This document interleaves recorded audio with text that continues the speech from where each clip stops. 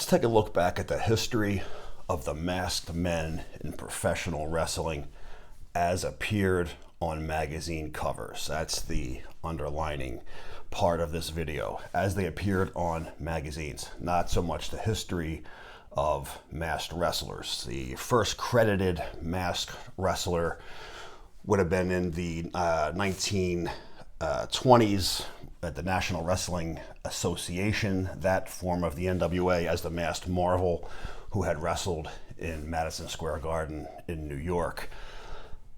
Unfortunately, there was no magazines at that time period. So we're going to take a look back from 1960s. There was no masked wrestlers on the cover of any magazines in the 50s, and the earliest ones start in the 60s. We're going to take a look at the first major star that come out of Mexico, which was the Blue Demon.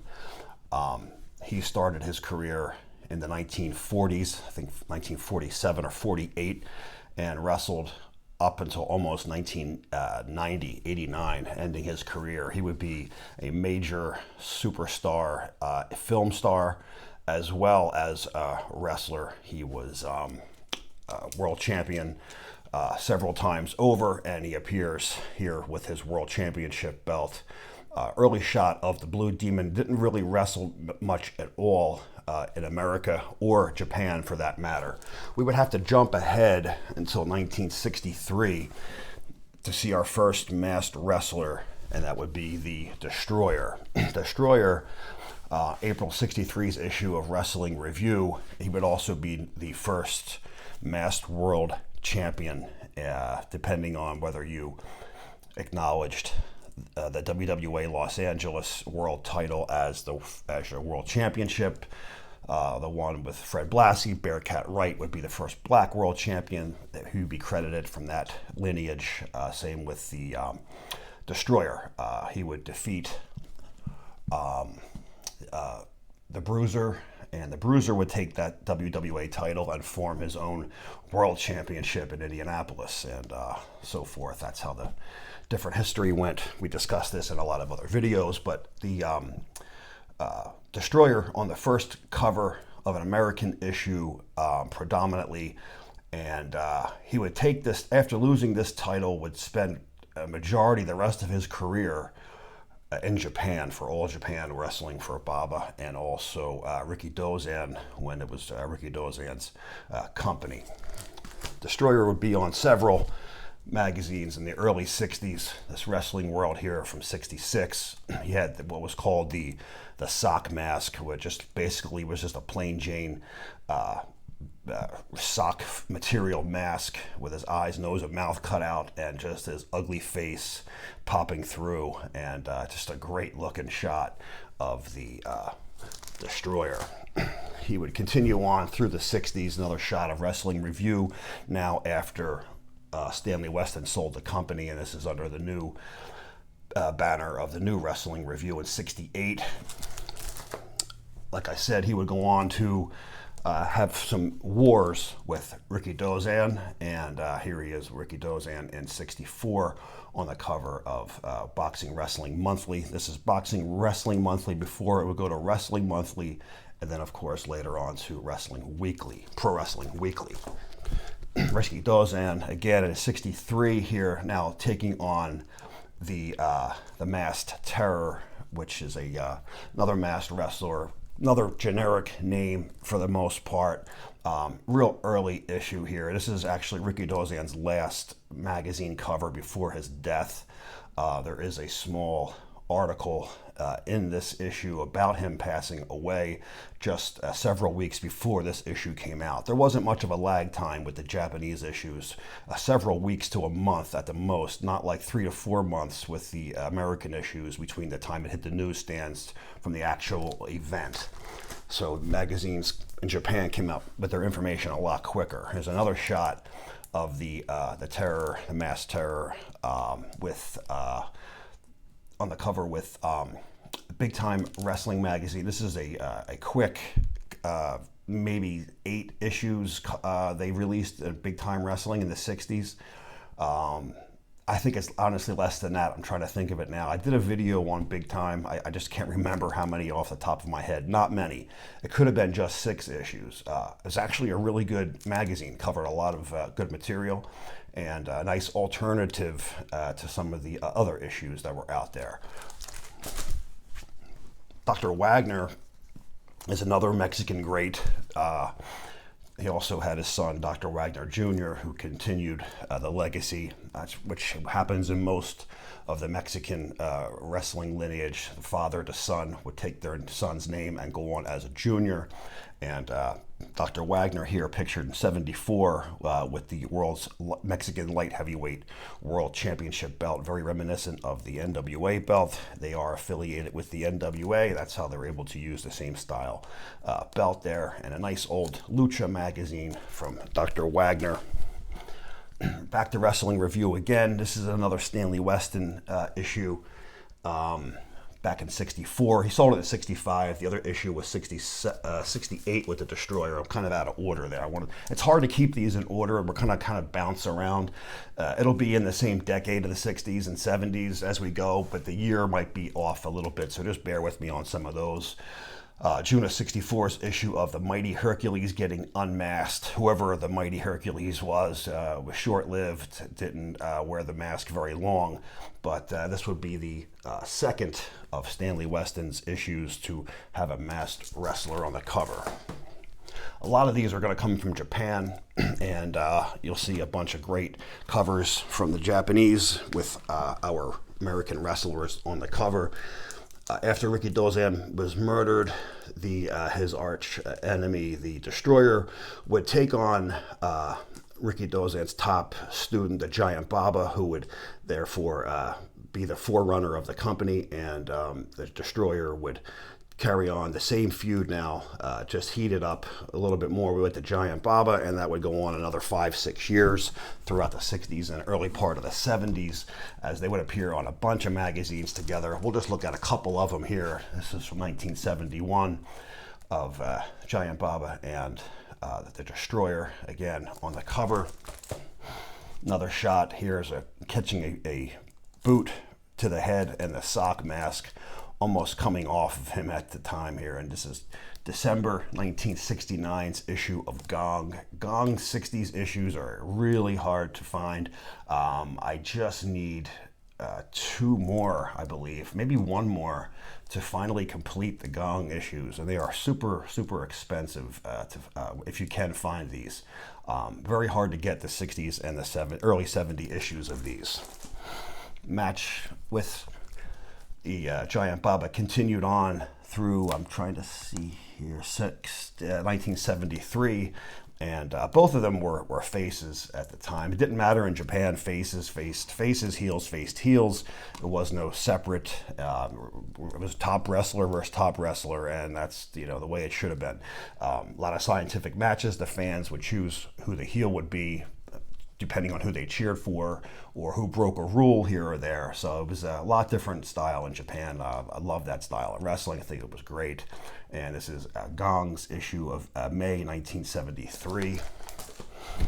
They're very short-lived, mostly in Bruno Sammartino's Philadelphia, Pennsylvania, Pittsburgh, Pennsylvania, Ohio territory of the WWF. Would be Batman, and a short time his partner Robin through late '65 and through mid '66. You would see the Batman gimmick, mostly copying off the popular TV series from the 1966 TV series of Batman, and it snuck its way into wrestling. Issue number 1 of The Wrestler, Stanley Weston's resurgence from after selling off Wrestling Review, came back with the new publication, The Wrestler. He puts on a couple of women wrestlers, and for the first time, the female masked Mexican wrestler at the top, the masked La Santa, and that is her in the blue. Not sure if that's her actual color. Stanley had a habit of changing the colors of a lot of wrestlers' tights to make things pop. Most of the pictures were taken in black and white and then colored in later on. You'd see a lot of early shots that were colored in or penciled in later on, so it's hard to tell what she was actually wearing there. Eddie Graham getting choked out here in '65. I'm not sure who his opponent is on the cover. Now I know he had some feuds going on with the Masked Infernos, but this is not one of the Infernos, as he is in black. The Infernos are going to make their first appearance on a cover in '67, and you can see on the bottom here the Masked Infernos with those ridiculous colors. The Infernos were all blue. Their mask was blue. Their tights, which had sleeves and long pants, they were all blue. They were not orange, red, and green here as pictured here. But nonetheless, it's the tag team of the Infernos making their first cover shot, and a masked tag team making their first appearance on a cover of a magazine, May of 1967, Wrestling Review. Another, wouldn't say popular wrestling. The name would be popular later on, but you'll see the Masked Assassin here, and that's not the Masked Assassins that we would all come to know later on in the Mid-Atlantic and Florida territories. Here, this was the Masked Assassin from Toronto, and he's taken on Carpentier in Canada. This is actually issue number 1 of Inside Wrestling as well. That's the November '68 issue. Back to another wrestler issue from '69, Stanley Weston's publication, and it takes Mr. Wrestling number 1. At the time, this was just Mr. Wrestling. Mr. Wrestling 2 wasn't even thought of yet. He is taking on the Professional, and this is the Professional in blue. And we're going to take a look at the Japanese magazine here that's got a poster of Mr. Wrestling here. Tri-folded shot of Mr. Wrestling. It's hard to fit all that in there with the glare, but it's a great shot for 1970, looking at Mr. Wrestling. There wasn't many covers with him at all. I believe this is the only one. That's the only one that I can find in my collection. There might be another, but I don't think so. It's too bad. He was an extremely popular wrestler, and just no one covered it. And Mascaras would be popping his way up to the magazines very shortly, and also the Destroyer would get mostly all the masked coverage. And as I say, Mascaras, here is Mascaras on his very first magazine cover. And we're going to take a look at several magazines now from Mascaras early on, from the 60s and the 70s, with his different masks that he had on early on. Later on, he would just primarily wear the number 1 or 2 style mask, and early he had a bunch of great looking designs. He's also here with Ben Justice on the bottom. I forget who this is, damn it. And he's also with the Destroyer. I want to say Mr. Atomic. I believe that is Mr. Atomic with the red face pattern on the black hood. But Mascaras for sure wearing a very rare looking cactus for his face mask here. It's a rare shot of Mill. This is the only magazine cover with him wearing this style mask. And like I said, we're going to look at a bunch of Mill's early masks. Here he is with the cheetah skin or zebra skin mask, and this could have been possibly for his film that he was shooting at the time. Mill, also a film star. I have several of those classic films on DVD, and quite cheesy to say the least, but it's great B-title stuff. Here's another rare shot of Mascaras with the star face on it. It's hard to tell. It's a small pick, but he's got a silver star around the pink mask. He's also has the same cover, but he's wearing a cape with it. I didn't bother showing it because I just wanted to keep it flowing. Here he is again with that zebra face cover with the mask. It's now 1971 July's issue of Gong, and this entire issue is all Mascaras from Japan. Every single page. It's not as thick. There's about 60 pages, but it's all Mascaras and all in color. Gong had 2 publications. This is Gong's separate volume, and this is Gong Invitation to the Ring. So just so you see the 2. This also covered wrestling, and this says boxing here. Later on, it would cover kickboxing. You'd see that in the late part of the 70s and early 80s. So these ones were a lot thicker. These could be upwards to 200 pages at times. But another rare shot here of Mascaras with the white mask with the red trim. Very cool looking mask right here on Mascaras. Another mask with the bat print. Very cool looking shot of Mascaras here. Also, El Solitario here masked and taking on the Blue Demon. Two rare matches. Two rare wrestlers to see on the cover. Solitario is hardly ever on any covers of the magazines. He has what looks like the goggles.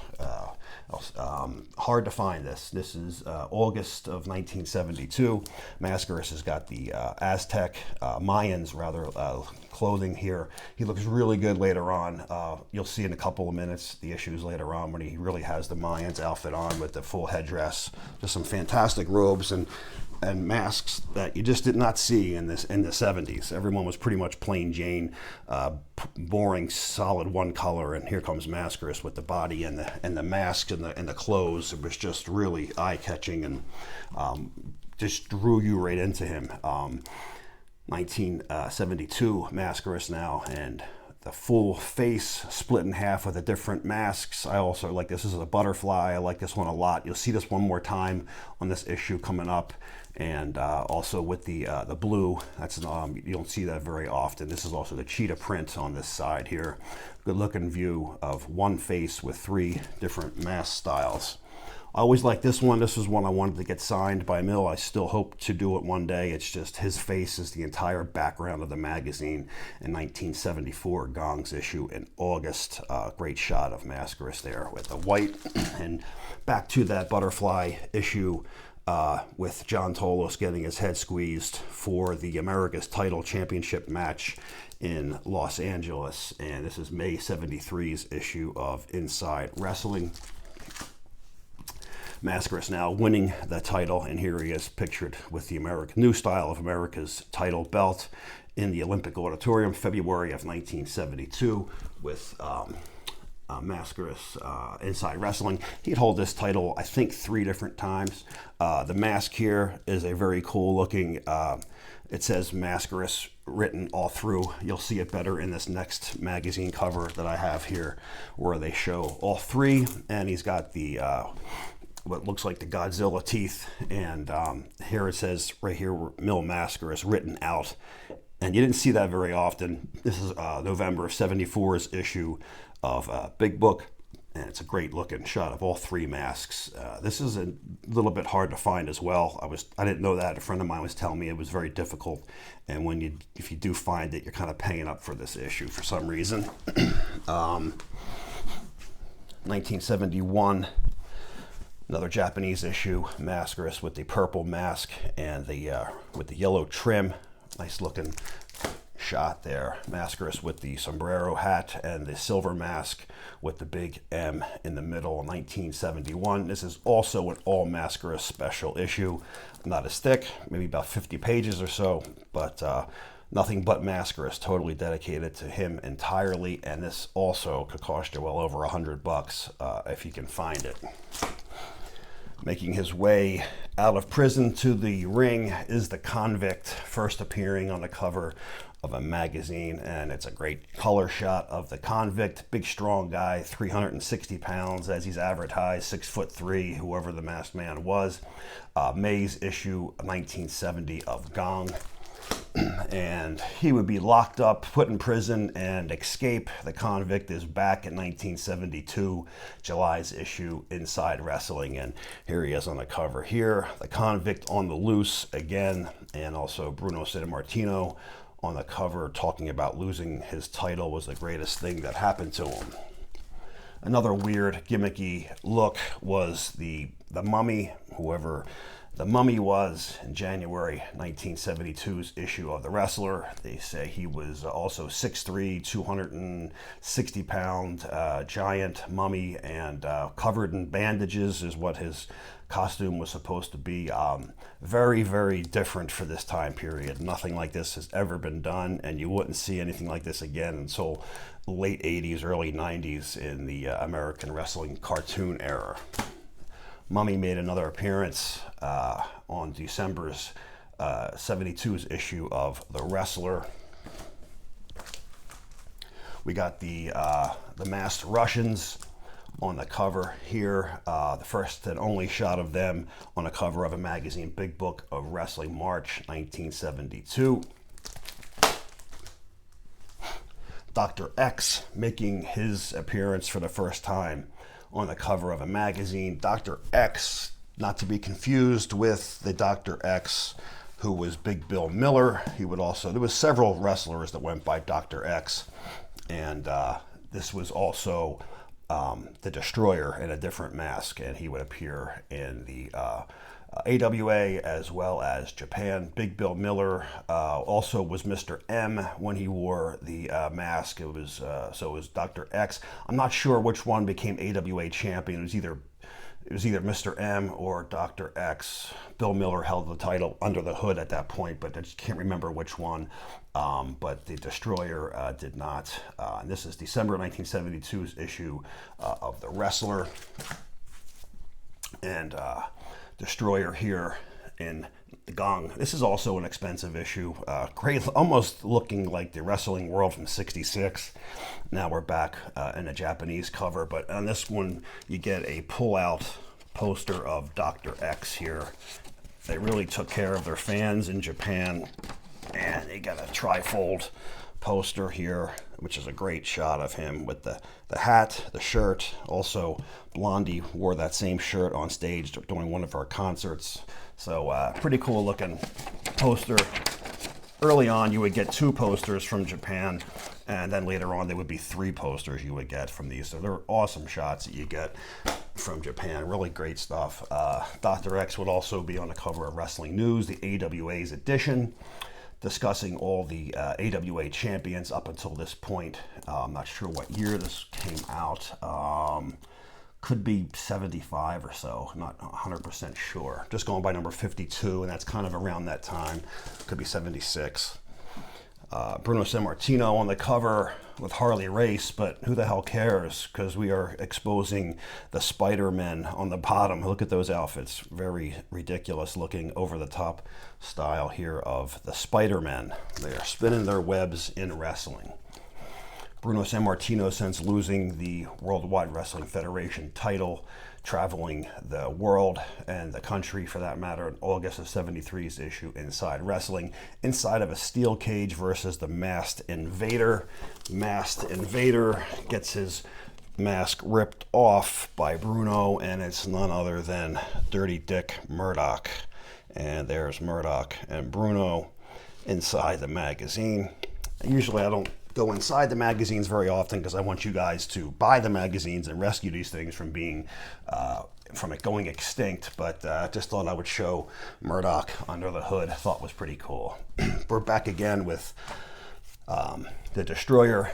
Now is the United States heavyweight champion. It looks like the North American title from Bill Watts' territory. It's the same exact belt style, but it's the United States heavyweight championship, All Japan version, the Giant Baba's title, and only a few people would hold this title. The Abdullah the Butcher and Mascaras would be the only 2 to take this from the Destroyer. The Destroyer would go on to face Abdullah the Butcher, like I just said, and they would have a series of wars in Japan. Not sure about the States, I've not seen much coverage of it, but Japan covered it a lot. This is June's issue of 1974. Actually have one sitting on the side here, another one of Wrestling Month Pro Wrestling Monthly on June of '74, the rival to Gong's issue, and here it is. He's just split open here, starting to bleed. That's from the same match. Also, October '74, again the same match, and you see the blood coming now, bleeding through the mask of the Destroyer, as well as Abdullah, who's bloodied up. Gong is back again, October of 1974, and you see a great shot of Abdullah biting the forehead and the blood just spewing out of him on this October issue of '74. Magazine, you know what, I hear this could be covered in this issue. I'm not sure. This might be the same match. No, probably not. They're saying Destroyer was chased with a baseball bat on the cover of Wrestling Review, and a very bloody looking mask there. It's a great looking shot. Very rarely would you see a masked wrestler bleed. Mr. Wrestling 2 has done it. The Destroyer has done it on the cover, and not very often do you see that, and it's just a cool looking shot. In June '73, Wrestling Review. Destroyer will continue on, and now being compared to Mil Mascaras, who's making quite the name for himself throughout the United States, Japan, and Mexico. The Destroyer or Mil Mascaras. Choose the best masked wrestler in the world. And that would start off the feud that would take place primarily in Japan. And you see Mascaras here having a tug of war with the champion, pulling the belt. And I discussed this several times. This is my favorite match of all time. It took place in Japan, and this is another thin issue, but the entire issue is dedicated to this match.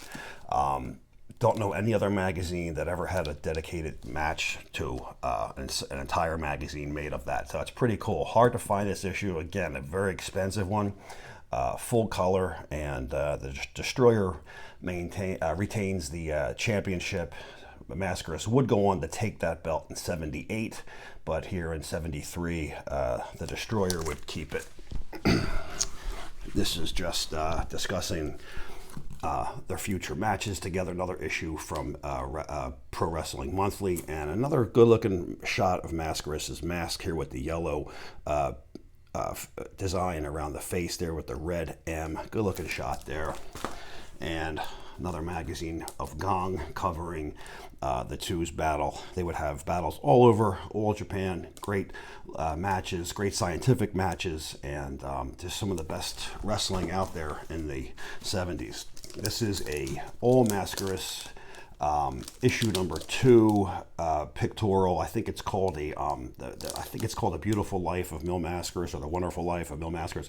I'm pulling this out because it's just fantastic looking outfit he has on here, representing the Aztec / Mayans warriors, and this is what the Mexican wrestlers represent.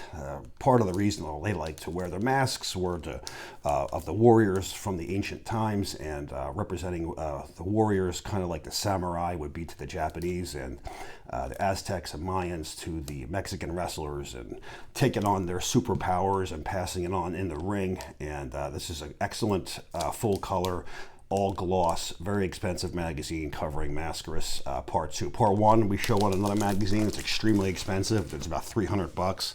This here could cost you about $150. Very expensive, but if you're a knucklehead like me and you're a big fan, you have to have it. Mascaras here in Los Angeles with Freddie Blassie, and he is the America's champion. And another shot him here with the blue mask. And his mask style is about to change as we get up in the higher '70s. But the earlier on, Mascaras' masks are very, very eye-catching, to say the least. Some of my favorites were in like '68, '69 time period. Man, some great looking masks. Mascaras now, after winning the IWA championship. And another great look at Mascaras here, which look at, that's just such a cool looking mask with the sombrero on there, but also a great shot with the IWA title. He's a multiple title holder right now, winning the Mexican Heavyweight Championship from Mexico in an issue of Boxe Lucha, and this is 1975. Mascaras again in 1977. We're just going to go through a couple of covers. They loved Mascaras in Japan. He was on a bunch. Here's a great look at outfit again with the traditional warrior outfit. And another issue that's all Mascaras in 1977. 90% Mascaras, I should say. Not all, but 90%. 1975 issue here in September of Gong, just a full head shot. Mascaras now starting his feud with Abdullah the Butcher. Mascaras in a full suit in 1973 with the mask, and pretty much going to stick with this kind of mask from here on out. The one we all got to know, the gold and the silver. Different mask from 72, 1971. This issue is his first Japanese tour, and he made his first tour in 71, and this entire issue is following him around the streets, getting to know the people, visiting the culture of Japan, being seen with the fans, and also his series of matches when he was there for his 2 weeks during his tour. Another great shot of the Aztec Mayans look here with the 77 September's issue of Gong. The whole entire magazine's just covering up with his headpiece. Awesome shot. Another great looking magazine cover here with the outfit again. Mill had some awesome, this is a really cool looking robe. You can't see it. It's like dark green on the inside, but on the outside it has all this style print. It's just really good look. It's got the greens, the purples, the pinks. Great looking. I just wish they had a better shot of the back of that for the magazine. Mascaras now in America, back in Los Angeles. The night Mil Mascaras tells us, "My own brother tried to kill me." Mascaras, most of them know he had a brother, Dos Caras. He had two brothers, and the one brother that wasn't mentioned very much, El Psychedelico. And El Psychedelico was never on the cover of an American issue. Several from Mexico, of course, and a handful from Japan, and you can tell by the circles around his mask that's El Psychedelico, and this was his first magazine cover in 1971, September's issue of Gong. Another issue, also very much built like Mill, not as muscular, not as ripped as Mill, but just very big and thick, and February 1972. And his final issue in also February 72, while he made his Japanese tour, El Psychedelico, on the cover of Gong. And he had another brother, Dos Caras, and Dos, it was on, I believe, just this issue in the 70s for the American issues of Inside Wrestling, and it's meet Mil Mascaras' younger brother, and he looked very much like Mill.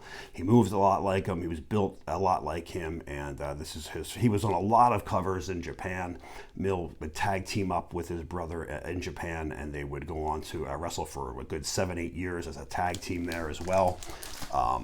Here these Mill and his brother Dos on the cover in 1976 for Gong. This is their first magazine appearing together. Inside the magazine is a poster of the Hangman. There's several posters here. I'm just trying to get it out. Here's a shot of the masked Hangman who wrestled in the Los Angeles territory. And this issue, just bear with me a sec, is the issue where he wins the America's title. And here is the Hangman. America's title was red. It looks black in the magazines, but it was red. The original leather on that was red. And here he is against Chavo Guerrero, defeating him for the America's title. And just some great looking shot of him winning the belt. He was never on any covers of any issues, but there he was in the Japanese issues in 76, winning the belt. Continued on with Mascaras and his brother Dos, and you see just a series of these two together. This is a Mexican issue of Lucha Libre, and again tag teaming throughout Mexico and Japan. And once again on the cover of Gong back in Japan, and the next several, talking about the tournament with Sheik and Abdullah, the Funks, and also the Mascaras brothers competing all in that same tournament. El Solitario, once again, on a cover. I shouldn't say once again. This is probably the most dominant as he would be on any cover. Very hard to find him on a cover. This is our second time looking at him, which is a much better close-up shot of him on this issue. 1972's Gong in September, along with Mill. El Halcon is also first appearance, which was the Hawk, and he takes on Mascaras in this issue. Not many issues with the Hawk, none in America, several in Mexico, and maybe 2 other ones in Japan with the Hawk, and this, I'm trying to find October 1978's issue of Gong. Another Mexican great, El Canek, and I was a big fan of Canek. Here's Canek after defeating Lou Thesz in 1977 to win the UWA, Universal Wrestling Association World's Heavyweight Championship, and yep, he beat Lou Thesz for that title, and he would go back and forth and have several battles with Mil Mascaras over the years, Dos Caras, Dr. Wagner, the list goes on. El Canek was one of the all-time Mexican greats. You'd see him listed on a lot of Madison Square Garden programs in the 70s and early part of the 80s, and he'd be ranked by the WWF, but he didn't wrestle for the WWF. I always found that weird. That's how I first found out about who this guy was. I'm like, who is this guy, and why is he always pictured in the Garden programs? He doesn't even wrestle for the WWF. And that led me into trying to do more research on this guy, and could not find many magazines with him whatsoever in them. He was in a lot of Mexican and a lot of Japanese issues, though. Here he is on the cover of Super Luchas magazine with a great looking shot talking about his war with Dr. Wagner. He's going to see several here with Dr. Wagner as he's trying to rip off the mask here of Super Luchas, and he's almost got the mask off. Another shot now, getting paid back. El Canek getting his mask ripped off by Wagner on this cover of Super Luchas.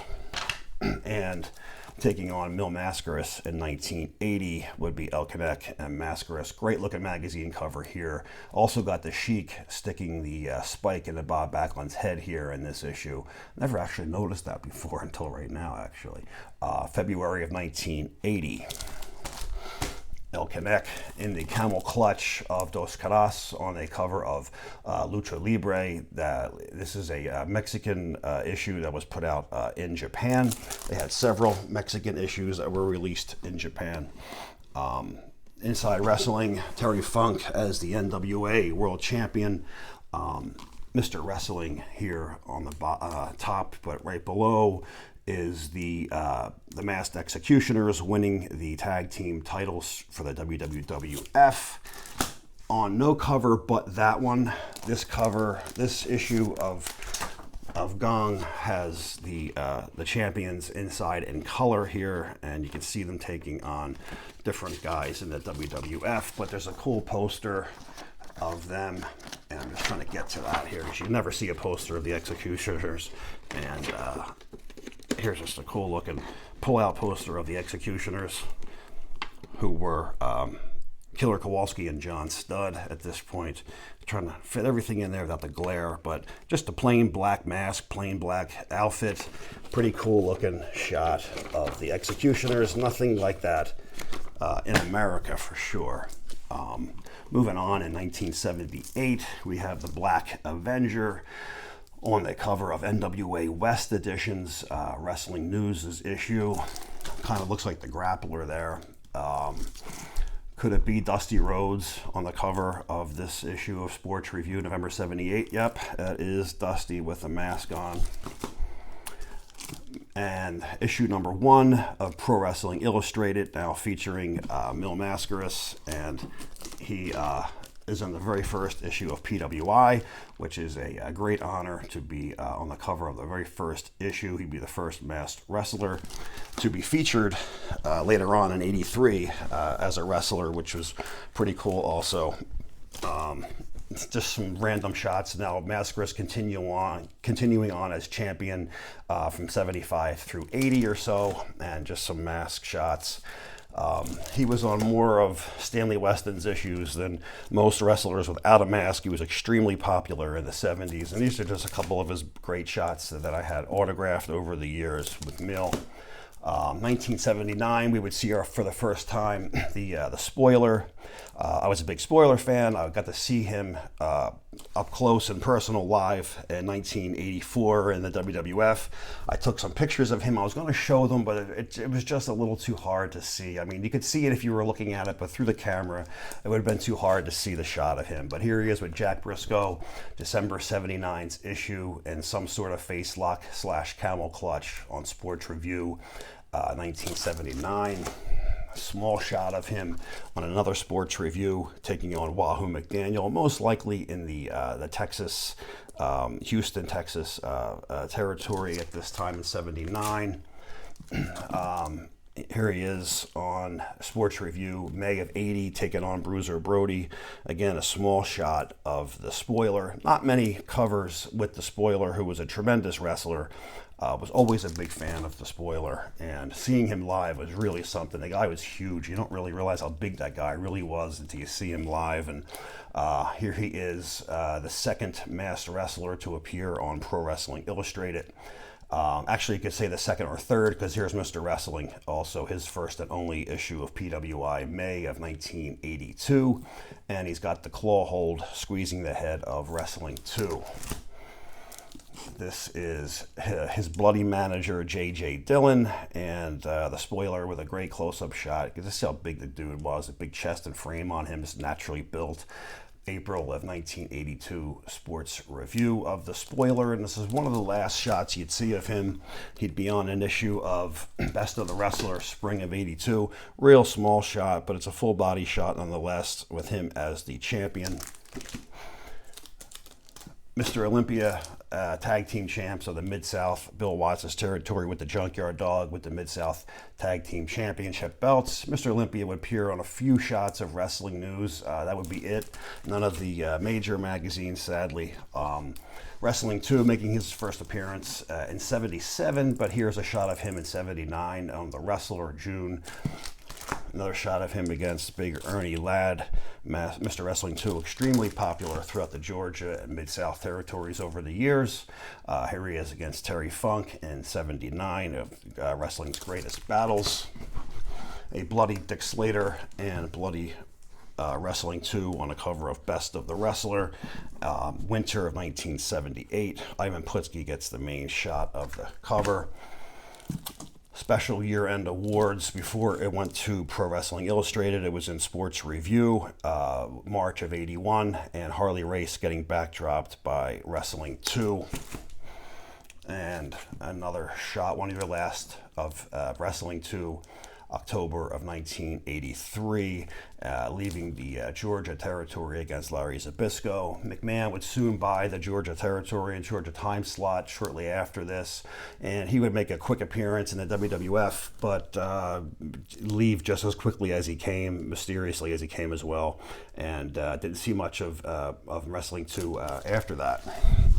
Mascaras again would continue on throughout the 80s, mostly early 80s, and he would kind of drop off and stay mostly in Mexico and Japan from that point on. And here's another shot of him on the cover of Lucha Libre, Sports Review in February of 82, with him taking on Morocco in the Brendan Byrne Arena, New Jersey.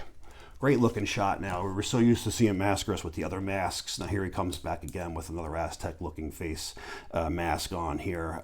June of 82 with the cape. Great looking shot of him on wrestling's main event.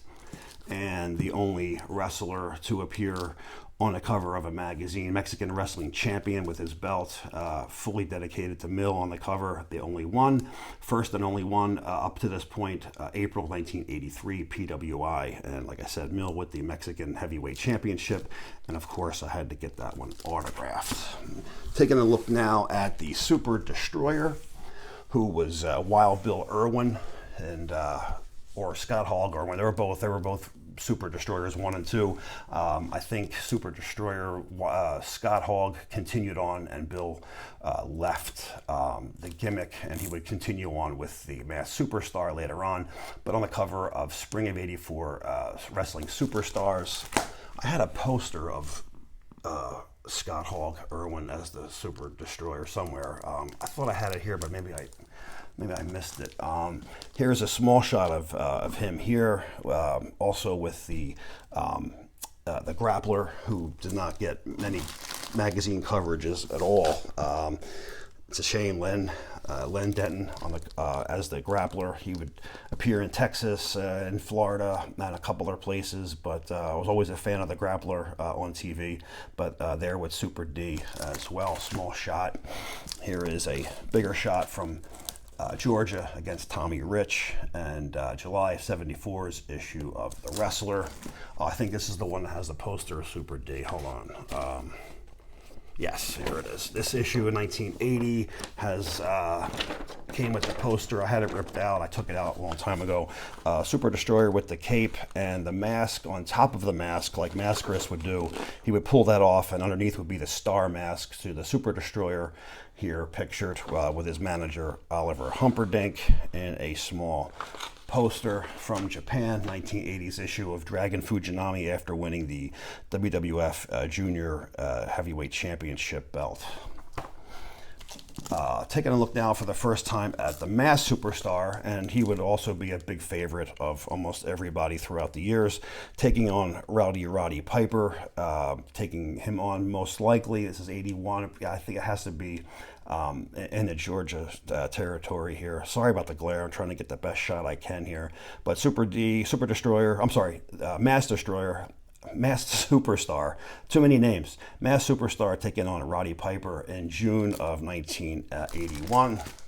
Masked Superstar would take on Tommy Rich, and here's a great shot of the Masked Superstar on his first full cover, January of 1982.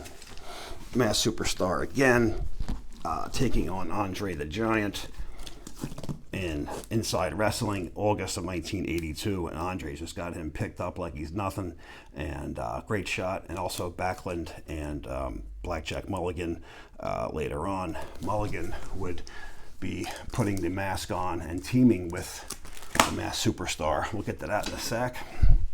Mr. Wrestling 2 taking on the Masked Superstar in winter 1982. The Faceless Feud. Great shot. Great looking wrestling magazine. Just, everything a wrestling magazine should be, right? Two masked guys in a headlock. Real close-up shot of that moment captured in time. That's from that match. That's just encapsulated forever on the cover of a magazine. Just a great looking photo that you just don't see magazines do this like this since, I don't know, 25 some odd years, 30 years since you've seen a cool looking cover like that. Just two guys wrestling and nothing else on it. Really miss those days. Mascaris wins the AWA title, not really, but the Masked Superstar taking on Tito Santana in the WWF in December 1983 of The Wrestler. And of course, Mascaris did not win the title. And always used to look at this fan and say how lucky they were to be that close to touching Mill. I mean, I would have loved to have done that when I was a kid, being jealous of this issue when I was like 13 when I seen that. Masked Superstar on the Madison Square Garden program, taking on Bob Backlund. This is also the same program. Superfly Snuka and Morocco in the cage match, and Masked Superstar wins by count out. They have a return bout the following month. This is October. November, they have a return bout. Superstar also either wins by disqualification or it's the other way around. Backlund was mysteriously injured in that match, setting up the match with the Iron Sheik for the following card in December, and we all know that Backlund went down and lost to the Sheik. It was the injury sustained by the Masked Superstar that got the ball rolling for Backlund to have the towel thrown in, and this is the iconic program to those two matches with Backlund, and also, like I said, Superfly Snuka and Morocco also the same night here, October 1983. Backlund would try to get his revenge on the Masked Superstar, only now both working for Verne Gagne in AWA Pro Wrestling USA, but the damage was already done. Masked Superstar and Backlund on the cover of Wrestling Scene. This is issue number 22. They're terrible with putting dates on these, so it's 84 sometime. Could be almost 85 at this point by the time these two met up again. Yeah, it was probably close to 85, if not. Masked Superstar taking on Blackjack Mulligan, soon to be his tag team partner, April of 1984, Inside Wrestling. And The Machines. And this is kind of right around the time I was almost done with the WWF. I don't have too much memory of this. I was back and forth watching it up until the point of Mania 3, and then that was the final straw. I was too busy watching UWF, AWA, NWA, and anything else that would be popped on TV, like Texas Polynesian wrestling. There was a bunch of wrestling at this point, and WWF just wasn't doing it for me anymore. But I would tune in now and then. This is autographed by the Masked Superstar here. It's also Blackjack Mulligan right here as the other Machine, and of course Andre the Giant in the mask as the Giant Machine. December of 1986. All three machines supposedly from Japan, which was kind of funny. And got this issue also autographed by the Masked Superstar down here. This is his retirement match and retirement program from Japan. They had a big send-off for the Masked Superstar. Great looking shot of just the red mask and had that signed underneath on the bottom there. Great looking issue of the Masked Superstar, and a look back at all his years in wrestling. Great issue from Japan. This is also a farewell to the Destroyer, and this is August 10th issue in 1993 of Pro Wrestling Weekly, and it's just got the Destroyer here having his farewell match and his retirement from Japan, sending him off right.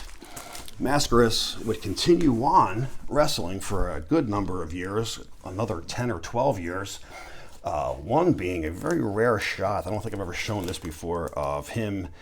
This is a big, huge program from the Wing Deathmatch Company from Japan. It was an offshoot of FMW. Mascaras would take on El Canek in a scientific match, and huge program here. On the back you see, of course, the death match, the fire matches on the back. But yeah, he would compete in Wing in 1993 or 1994. I'm not sure actual year, I forget. But still looking great, only as he can look. And in 2003, he would be back again in Japan for another tag team bout.